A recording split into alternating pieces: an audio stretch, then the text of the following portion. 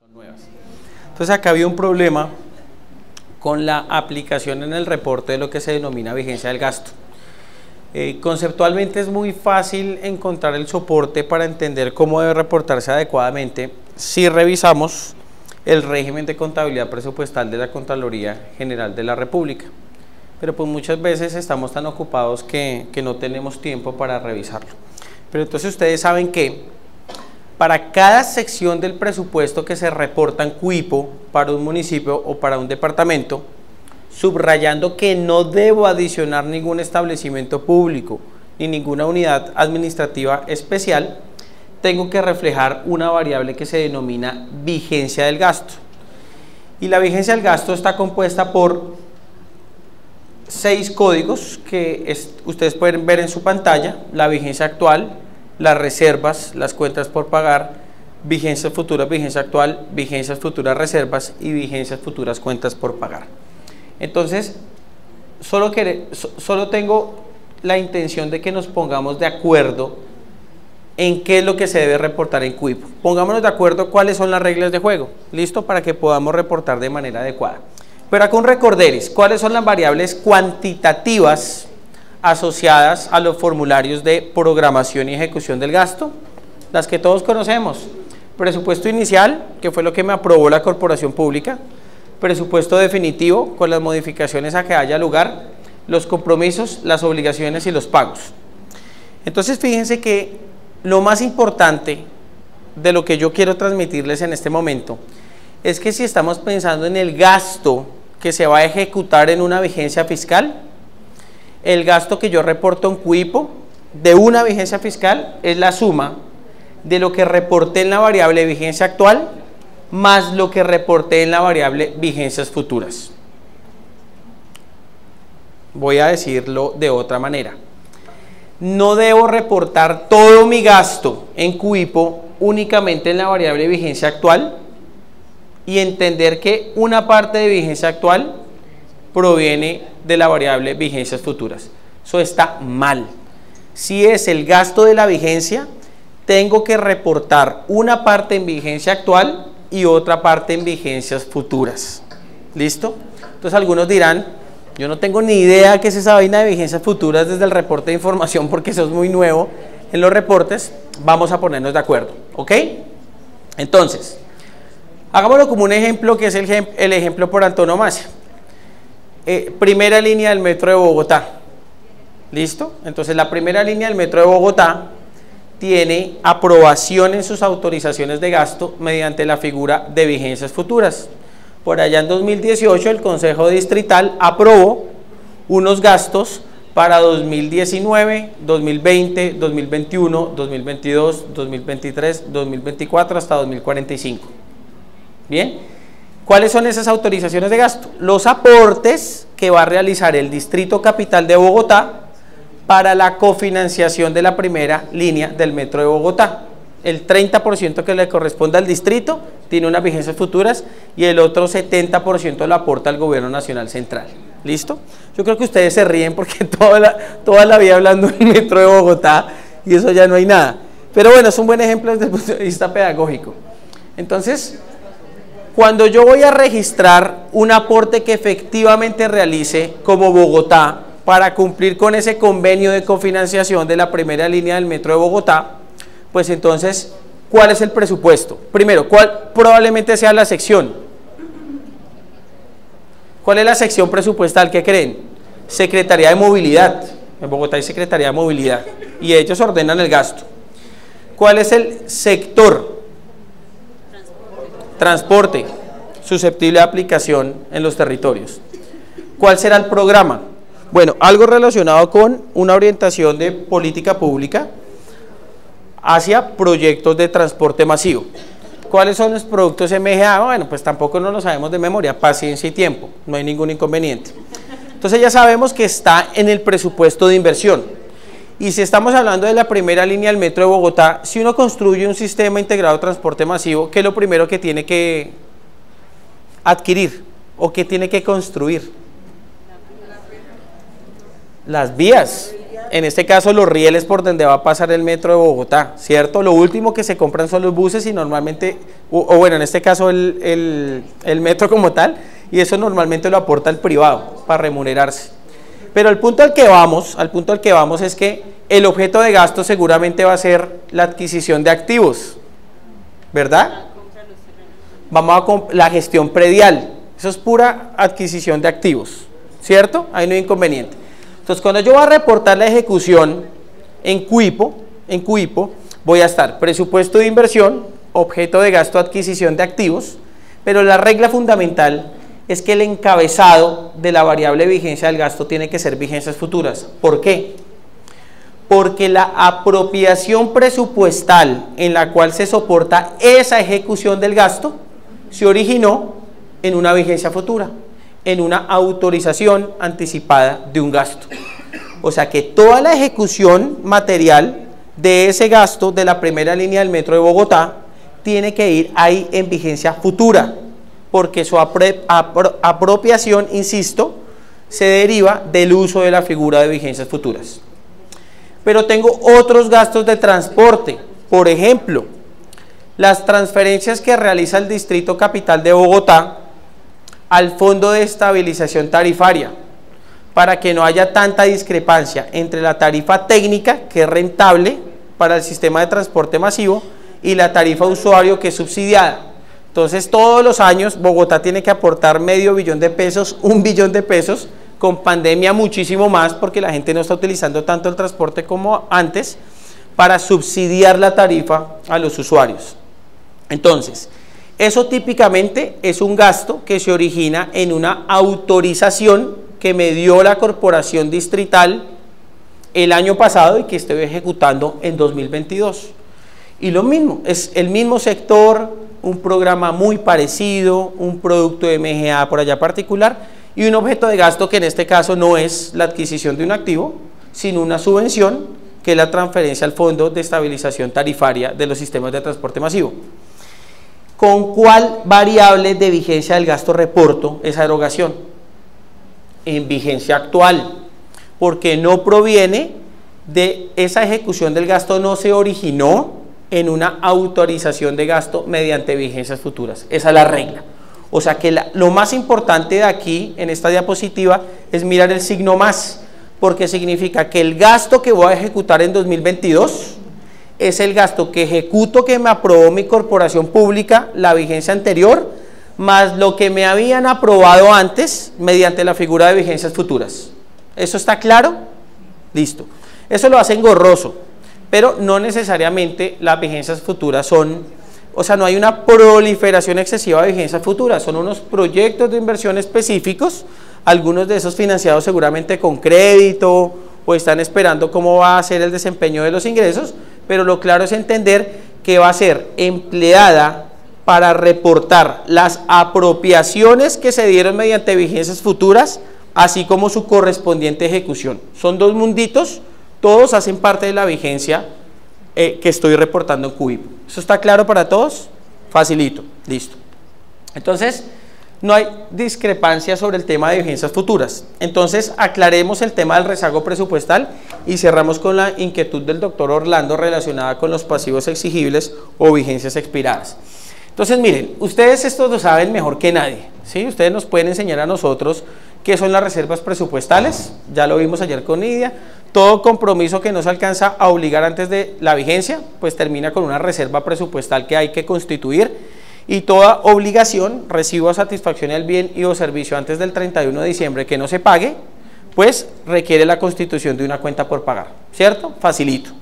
Pero fíjense que la clave en CUIPO también tiene que ver con el signo más, y es que yo tengo que separar las reservas presupuestales que se constituyeron en la vigencia anterior al año en que estoy reportando, es decir, estoy en 2022, reportando próximamente septiembre. Entonces, voy a tener reservas presupuestales que constituí el año anterior, 2021, para completar su proceso de ejecución presupuestal en 2022, ¿verdad? Pero tengo que separar entre vigencia actual y vigencias futuras. Entonces, si esa reserva presupuestal se constituyó con cargo a una apropiación presupuestal que se autorizó mediante vigencias futuras, entonces es una reserva presupuestal para vigencia del gasto, vigencia futura.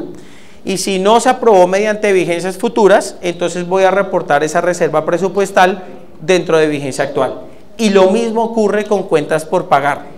Entonces ayer ustedes le preguntaban a la doctora Nidia, tengo una vigencia futura, con esa vigencia futura yo tengo una autorización anticipada del gasto. ¿Qué pasa si comprometo, pero no alcanzo a obligar todo lo que comprometí?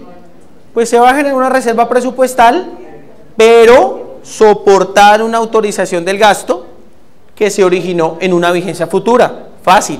O sea, eso es la excepción, esa no es la regla, esa es la excepción. La regla es que la mayoría de derogaciones estén en vigencia actual y solamente aquellas que se originaron en una autorización de gasto anticipada mediante la figura de vigencias futuras, entonces la voy a reportar en la variable vigencias futuras. Pero acá hay un supuesto ni el berraco, y el supuesto ni el berraco es que obligatoriamente esas reservas presupuestales y esas cuentas por pagar deben contar con una fuente de financiación cierta.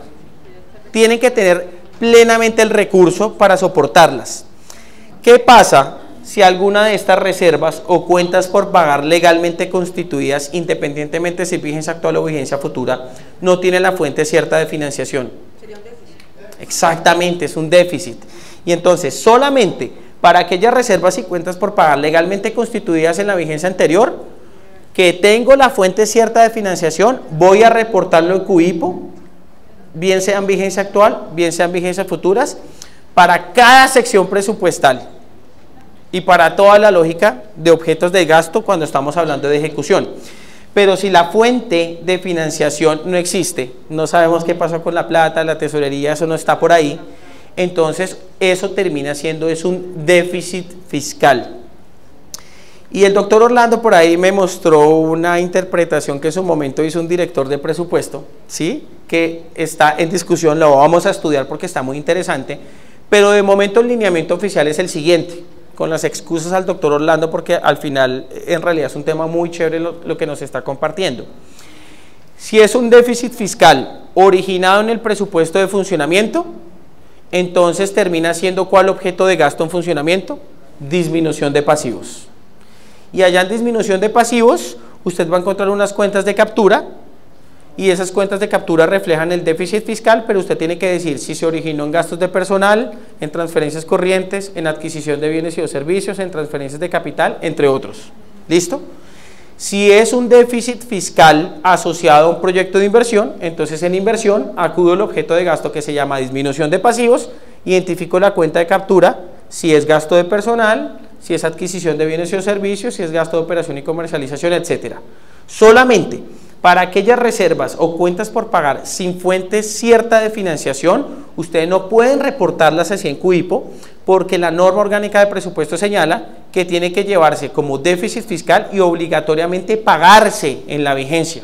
Y ahí aparece el objeto de gasto de disminución de pasivos, del cual lo hemos hablado mucho en estas capacitaciones. Pero ¿qué ocurre con la pregunta que hace el doctor Orlando? Es que era una reserva presupuestal legalmente constituida y a 31 de diciembre de la siguiente vigencia, cuando iba a completar su proceso presupuestal, no me alcanzaron a entregar el bien o servicio de satisfacción. Entonces, Nidia nos decía, usted tiene que respetar los compromisos adquiridos, legalmente adquiridos, ¿verdad? Usted no se va a poner a cancelar el contrato porque al final se gana una pelea con el contratista, lo demanda y termina gastando más plata de lo que era el perfeccionamiento del contrato. Sí, eso ocurre, eso ocurre. Entonces, en esos casos particulares, el lineamiento que tenemos, y ahí vamos a anexar el concepto, entonces usted va a, primero, incorporar el ingreso que sustenta el pasivo exigible o la vigencia expirada como un recurso del balance en la cuenta de captura que se llama cancelación de reservas. Así se llama. Debería llamarse reservas fenecidas, ¿verdad? Se llama cancelación de reservas y así aparece en el concepto que le vamos a compartir de la Dirección de Apoyo Fiscal. Y desde la perspectiva del gasto, obligatoriamente usted tiene que incorporar ese gasto a su presupuesto. Y como típicamente usted encuentra eso en enero o en febrero, cuando ya completó el cierre presupuestal, entonces usted tiene que acudir a la corporación pública para que le autoricen la incorporación de ese gasto. No hay de otra.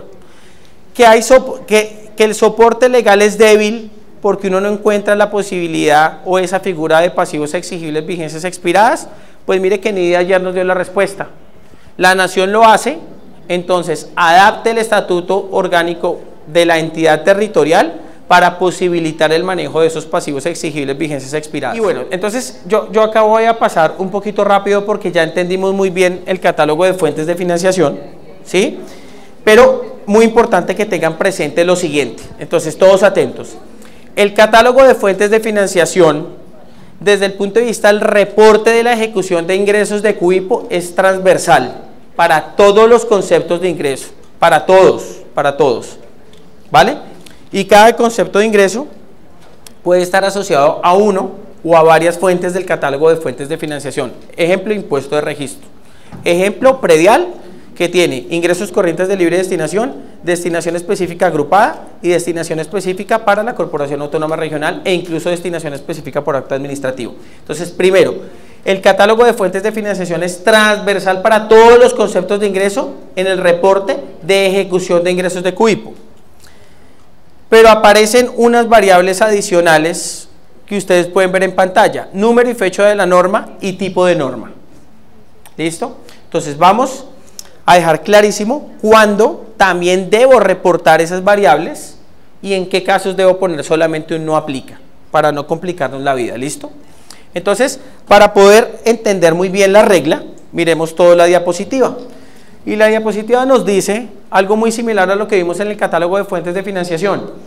Los ingresos se dividen en ingresos corrientes y recursos de capital. ¿Para quiénes? Para las entidades territoriales o todas las entidades públicas que emplean el decreto 111 del 96.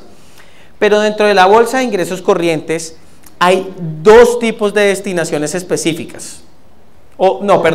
Dos tipos de ingresos conceptuales. El primero, aquellos ingresos corrientes que cuentan con una destinación específica, constitucional o legal del 100%. Ejemplos, estampillas. Ejemplos, Sistema General de Participaciones. Ejemplos, sobretasa ambiental. Entonces, para esos ingresos de destinación específica, constitucional o legal del 100% como las estampillas, ¿yo debo reportar el catálogo de fuentes de financiación? Sí, pero ¿debo reportar número y fecha de la norma y tipo de norma? No, no es necesario. No es necesario porque es que, ¿qué utilidad tiene que ustedes nos digan que la destinación específica del SGP de Salud Pública se origina en la Ley 715/2001? No tiene ninguna utilidad, no tiene ninguna utilidad. Entonces, solamente para esa bolsita que vamos a denominar ingresos, que son ingresos corrientes, que son susceptibles de ser de libre destinación, es que vamos a reportar las variables número y fecha de la norma, alfanumérico, y tipo de norma, que es una lista. ¿Hasta ahí estamos? Entonces, cuando estamos pensando en esa bolsita de ingresos susceptibles de ser ingreso corriente de libre destinación, ¿qué tenemos? Vamos a tener varias cosas. Primero, una parte que sabemos que va a ser de libre destinación, o si no, no sería un ingreso susceptible de ser de libre destinación, ¿verdad? Otra parte que puede ser una destinación específica individual. Otra parte que es una destinación específica que puede ser agrupada, Ley 99 del 93. Y finalmente, una destinación que puede ser por acto administrativo. Entonces, fíjense que es la primera vez que en los reportes de información vamos a tener tanto detalle sobre las destinaciones específicas. Las vamos a tener, esa trazabilidad la tenemos para la destinación específica que dio la norma, distinta a la destinación de un 100%, la destinación específica que es agrupada, como Ley 99, como lo que ocurre en departamentos como con el FOMPET, y las destinaciones que se deberían de acto administrativo. Para esas tres destinaciones, tipos de destinaciones, va a ser obligatorio reportar número y fecha de la norma y tipo de norma. Para el resto no es necesario. Entonces veámoslo con un ejemplo. ICA sobre actividades industriales. ¿Cuál es la fuente de financiación? Ingresos corrientes de libre destinación. Y como no nos interesa número y fecha de la norma y tipo de norma, porque sencillamente no aplica, ¿qué debo reportar? No aplica, no aplica. ¿Listo? Ustedes lo ven en la lista. Segundo ejemplo, prestación del servicio educativo del Sistema General de Participaciones. ¿Listo? ¿Cuál es la fuente de financiación? SGP, prestación del servicio educativo. Ya sabemos que arrancamos desde un ámbito, un grupo, subgrupo, clase y es la subclase. Fuente de financiación, ustedes ya son unos duchos. ¿Debo reportar para el SGP de servicio educativo número y fecha de la norma y tipo de norma? No nos interesa, no es necesario, eso no tiene ningún tipo de utilidad. NA no aplica. Siguiente ejemplo, impuesto predial unificado urbano. Impuesto predial unificado urbano. Supongamos que tenemos una destinación específica derivada de acto administrativo. ¿Cuál sería la fuente de financiación? No. Presupuesto ordinario, ingresos corrientes, destinación específica por acto administrativo. Ahí está, la fuente ustedes ya la conocen. Y ahora sí nos va a interesar el reporte de número y fecha de la norma y tipo de norma. Ustedes nos van a decir a la Contraloría y al Ministerio de Hacienda cuál es el número, la fecha de la norma, en este caso, acuerdo 034 del 15 de junio de 2010. Y finalmente pensemos en el impuesto sobre vehículos automotores. Entonces, pensemos que somos un departamento. Los departamentos tienen una destinación específica del 20% del impuesto a vehículos automotores, que es propiedad de ¿quiénes? De los municipios. Entonces, en este caso, les pregunto, ¿cuál sería la fuente de financiación? Entonces, ustedes no tienen que memorizarla, es como el esquema. Ah, bueno, presupuesto ordinario, ingresos corrientes, destinación específica por ley, tributarios, y encontrarán allá la fuente que es impuesto de vehículos automotores. ¿Cierto? Si soy un departamento, pilas, estoy pensando que soy un departamento. Entonces, fíjense que la fuente es impuesto sobre vehículos automotores porque tiene una destinación específica, la parte de la destinación del 20% para municipios. ¿Debo reportar número y fecha de la norma y tipo de norma? Sí, sí. Nosotros lo sabemos, pero en este caso la regla y el acuerdo al que alcanzamos con la Contraloría General de la República es que en esta destinación específica, que no es del 100%, sino del 20%, cuando soy un departamento, obligatoriamente tengo que especificar que esta es la ley 488 del 24 de diciembre de 1998. Sí, sí la sabemos, pero ese es el acuerdo. Esa es una tareita cansona que les va a tocar hacer. Pero insisto, si es una destinación específica,